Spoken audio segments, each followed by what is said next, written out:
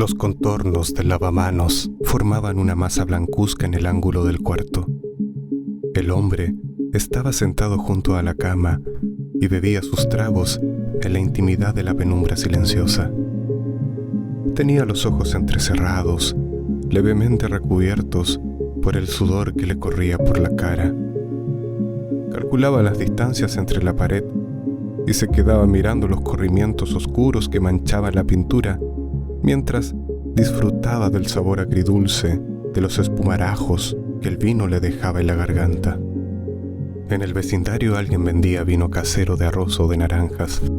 Era un sitio ilegal y necesario, con un salón cubierto por muchas enredaderas de zarzas y mesas, muchas mesas con sus sillas ligeras que podían correrse fácilmente para formar un círculo, o quizás los clientes preferían sentarse en media luna y dejar el frente abierto, o disponerlas en filas a modo de auditorio para que alguien más cumpliera las funciones de orador y fuera más fácil oír verdades o mentiras.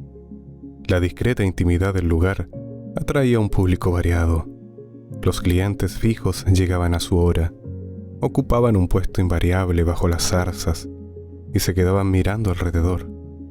Los perros, sin dueño, entraban y salían, tristes perros escuálidos que miraban a los ojos de los clientes y esperaban algo mejor que una patada.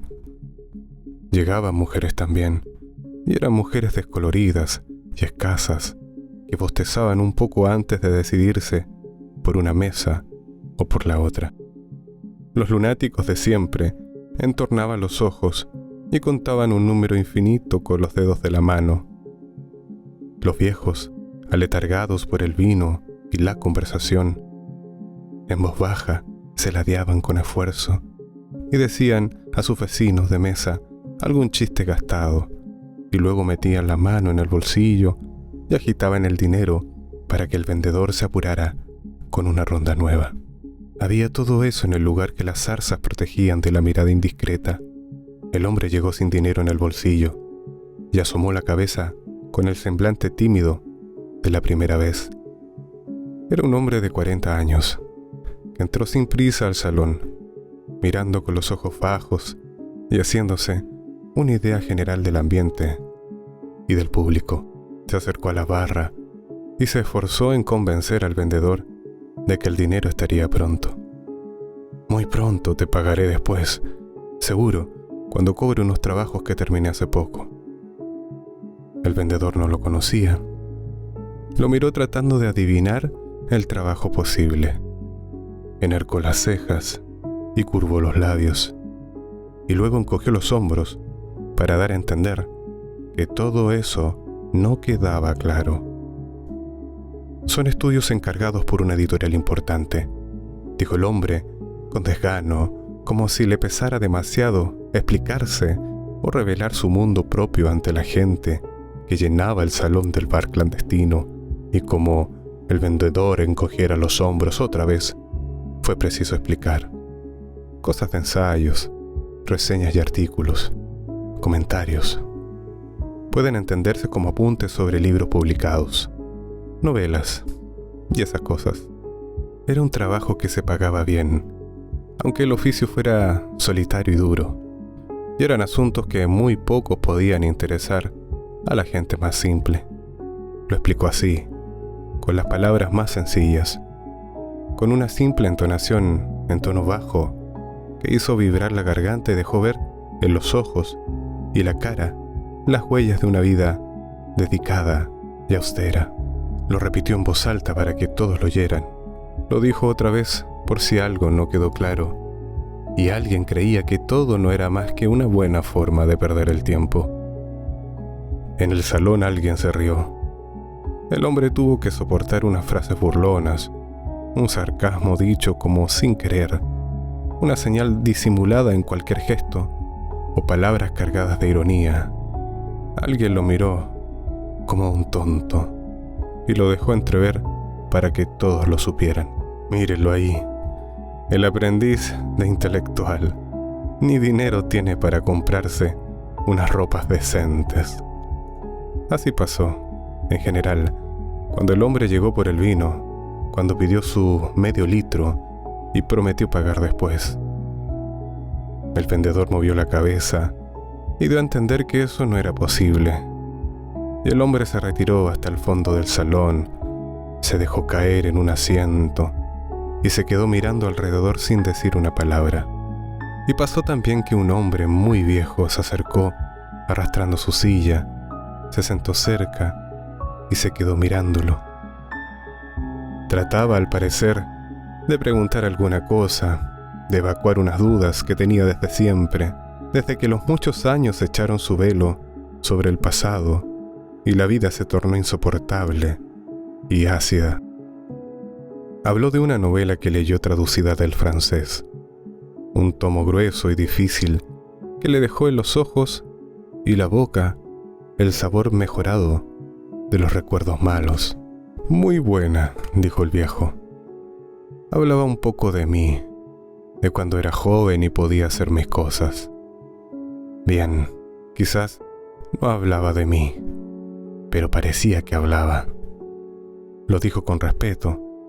Habló bien del autor a su manera de hombre viejo, con elogios de la prosa y el tratamiento de los temas. La inflexión del nombre acusaba una pronunciación difícil.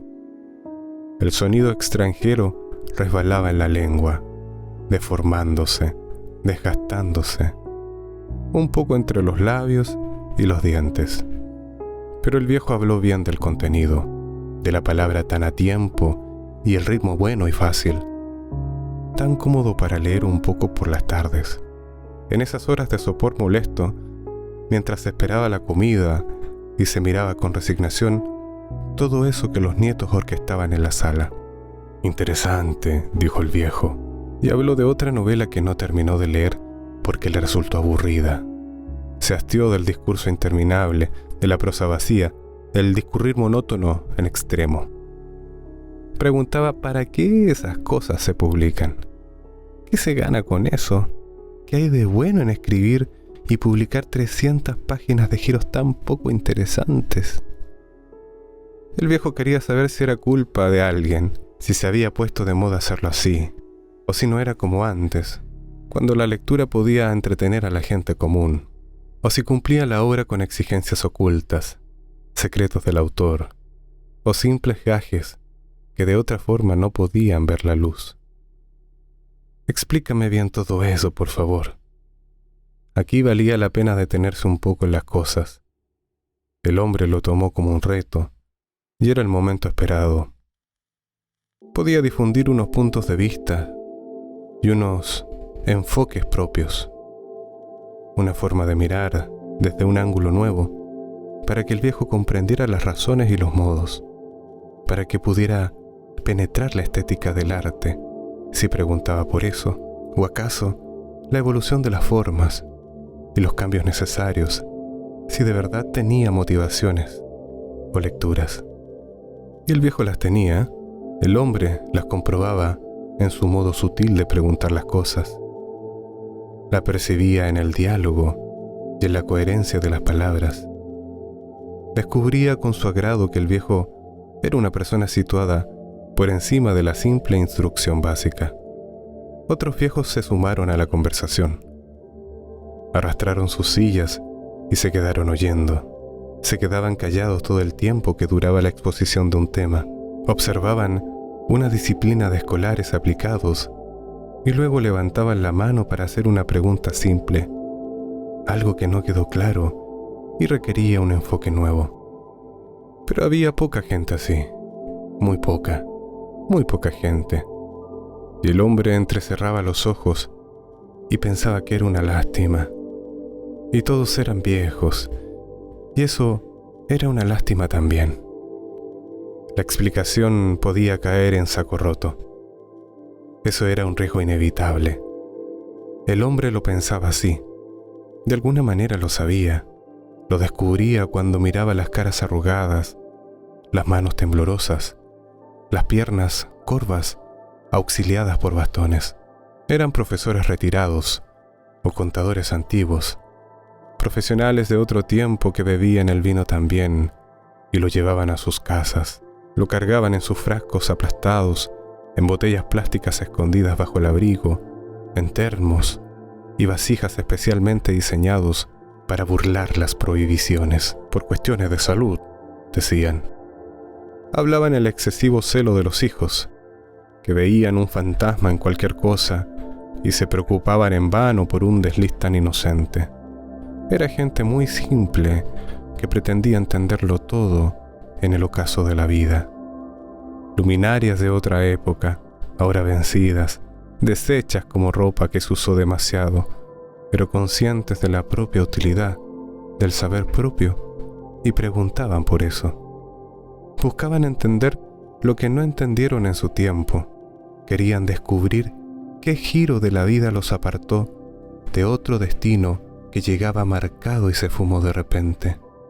Recordaban un sueño que se fue y que ahora volvía solo ahora, cuando los años pasaron de manera irreversible y el cuerpo se sintió aplastado. Nunca nos hizo falta esa versión de la verdad, decían con pesar. Vivimos sin las dudas y la vida se nos hizo placentera. Era gente muy simple, gente rara que descorría las cortinas del tiempo y preguntaba en serio. Figurines obsequiosos envueltos en abrigos gruesos de los días más calientes del verano. Pícaros inteligentes para quienes el pasado retornaba como algo que se tuvo y se perdió sin remedio. No decían lo que añoraban. Escasamente, como si se hubieran puesto de acuerdo, lo dejaban entrever. Lo hacían con preguntas disfrazadas. Con los gajes más ingenuos confundían a cualquier observador. Podía pensarse que eran cosas de vejez, de breve siesta después de almuerzo y dominó. Cuando el cerebro estaba limpio, cuando las puertas del pasado podían abrirse solas, sin empujón ni toques fuertes, sin manos que presionaran hacia adentro, solo el espacio interior reclamando un asomo. El gran espacio de los años vividos reclamaba una mirada rápida. La visión tan leve podía desvanecerse bajo el soplo más ligero. Podía fumarse el hilo entre las sendas del tiempo o quebrarse bajo perturbación de gente que no quisiera comprender. Pasaba así con mucha gente, con tanta y tan seguido, como si la evocación del pasado fuera cosa de risa, de burla contenida en una frase cualquiera, en su intención o en el esbozo de un tema que parecía gastado, todo gastado, incluyendo el recuerdo. Todo parecía lejano y turbio, inalcanzable para los viejos. Para el resto de la gente, en cambio, todo era risible, acaso despreciable, acaso como si vivieran otra vida y no les preocupara la suerte de quien vivió primero. La gente más joven se reía de una pregunta simple, de cualquier observación, o timidez, o asombro. Decían que no era bueno preocuparse por cosas que no merecían la atención de nadie, por caprichos de viejos o recuerdos que debieron ser enterrados cuando se tuvo tiempo, o podían decir algo peor. Ya está el viejito hablando mierda, y la aseveración provocaba una risa estentoria y molesta. Y preguntar a quién buscar que lo supiera todo, que tuviera tiempo de explicar y que quisiera hacerlo. Debía ser una persona seria. Nadie quisiera una simple acotación para salir del paso, ni diera una respuesta errada de forma voluntaria, lo que podía ser peor. Así pasaba tantas veces. ¿Y cuántas veces se sintieron relegados, pisoteados, tirados al rincón como trastos inútiles, con las dudas por dentro, con las ganas de entender los nuevos giros del mundo? Pero el espacio apareció sin buscarlo. Una casa del vino, se dijera. Podía decirse así porque lo era en realidad. Y era un lugar con sus ventajas para todos. Sitio legal y necesario. Apenas unas cuadras de marcha segura y lenta, y se llegaba al salón escondido entre las zarzas. Vino barato y fácil, lo que al bolsillo y a la boca podía parecer tentación. Y de verdad lo era. Vino casero, ácido y fuerte, que proveía a los cuerpos una distracción total. Digestivo, se decían los viejos entre sí, que no se hacían ningún daño al consumirlo, Podía pensarse en él como en una medicina para el cuerpo. Algo sin efectos secundarios, sin demasiado alcohol. Solo debían cuidarse del consumo en exceso para no delatarse ante los hijos. Tenía un sabor un poco agrio, pero resultaba agradable al paladar. Podía ser tomado en dosis adecuadas, en cantidades ínfimas, inofensivas. Lo que el cuerpo agradecía cada noche, lo podían demostrar. Y lo bebían, lo disfrutaban. ¿Cuántos eran? 5 o 6. A veces más, a veces hasta 10. Llegaba gente de otras partes, viejos igual. Buscaban una única respuesta para todos. Y lo decían así, lo conversaban, tenían las mismas dudas, la misma preocupación. Eran preguntas que nadie hubiera podido responder. Nadie quería, nadie las tomaba en serio. No le importaba a nadie si leyeron un libro y no entendieron el final. O si alguien comentó en su presencia un artículo nuevo y les pareció demasiado oscuro el discurso o demasiado largo el texto para comprender. Llegaban todos inseguros de hablar, de decir algo, de exponerse a la burla y al desprecio.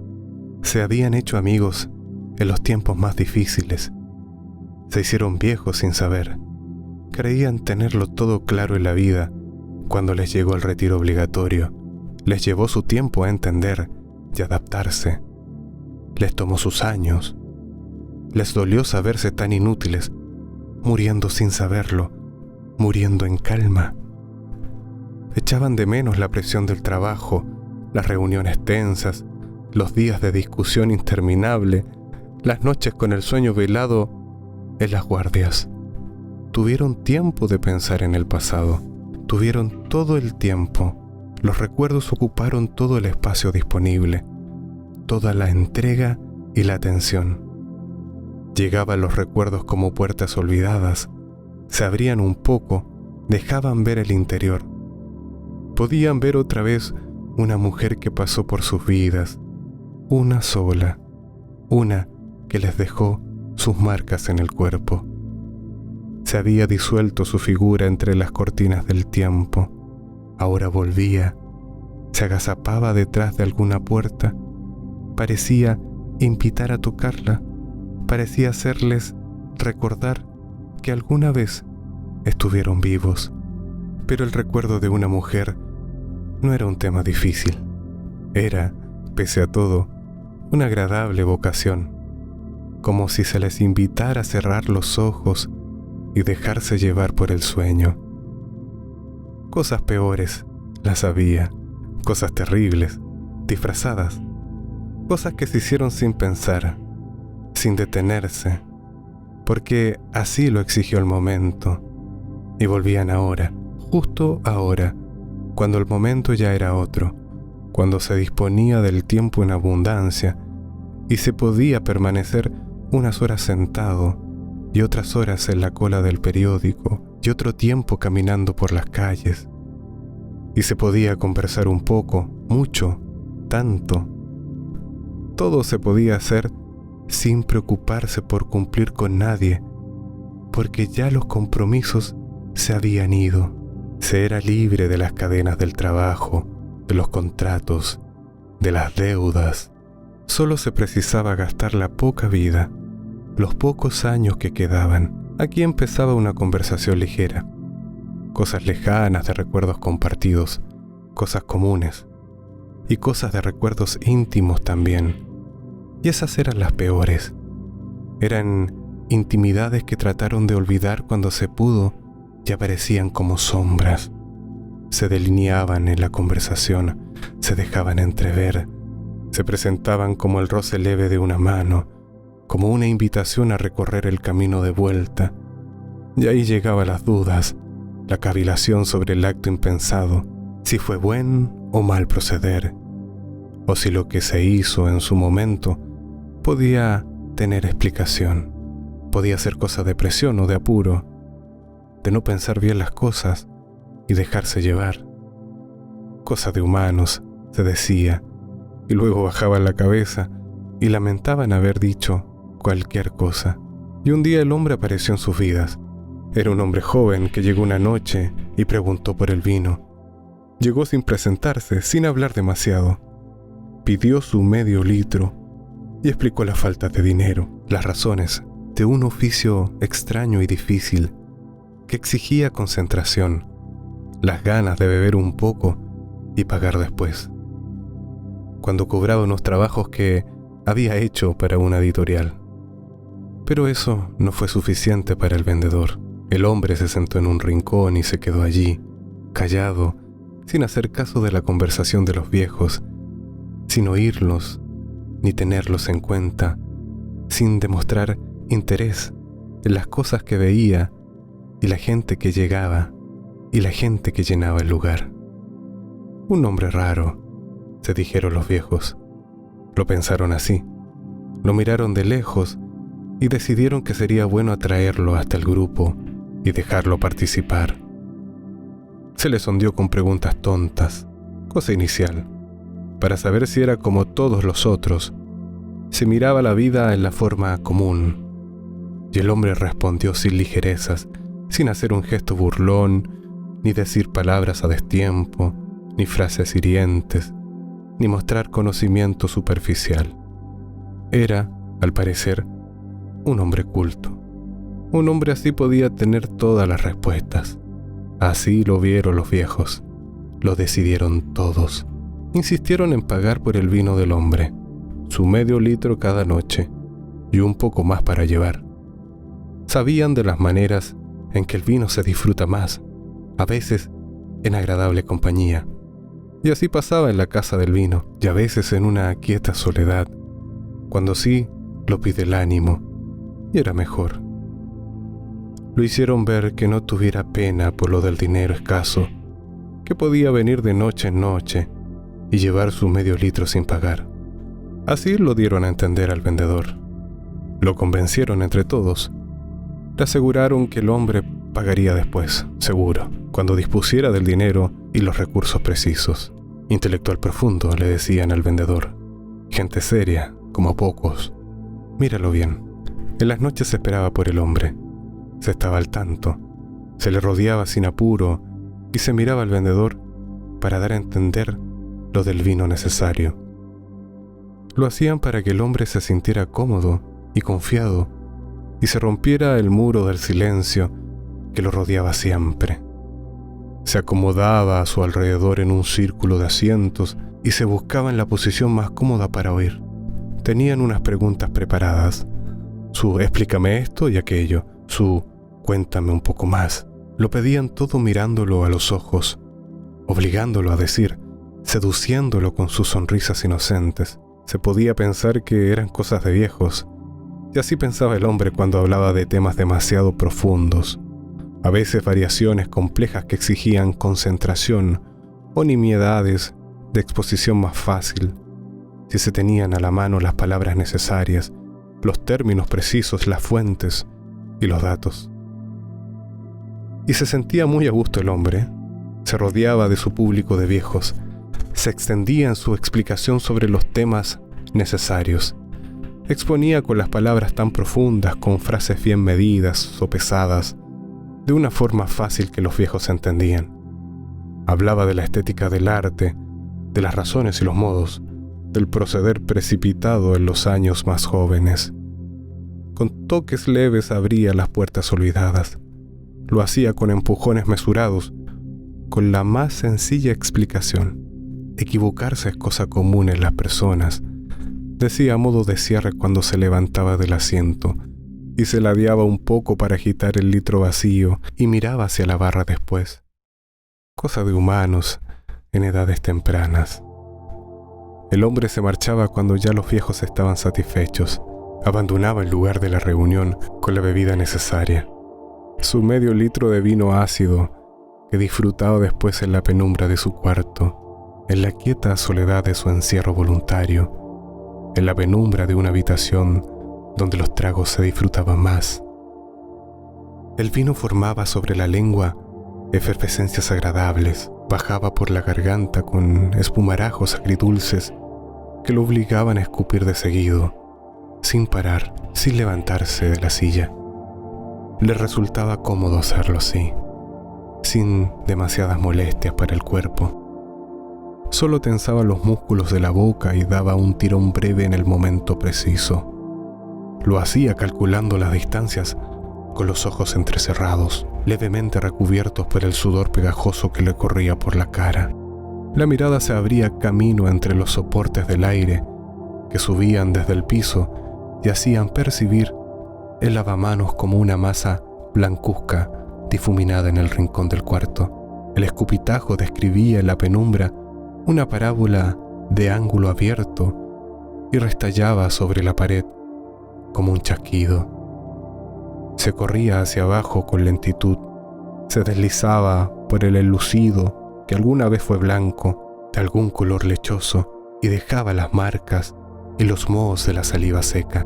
El vino se sentía fuerte y ácido. El hombre lo tomaba en tragos grandes y espaciados. Disfrutaba el placer de escupir espumarajos con salivazos largos que restallaban a los lados del lavamanos, arriba, abajo, en cualquier locación de la pared.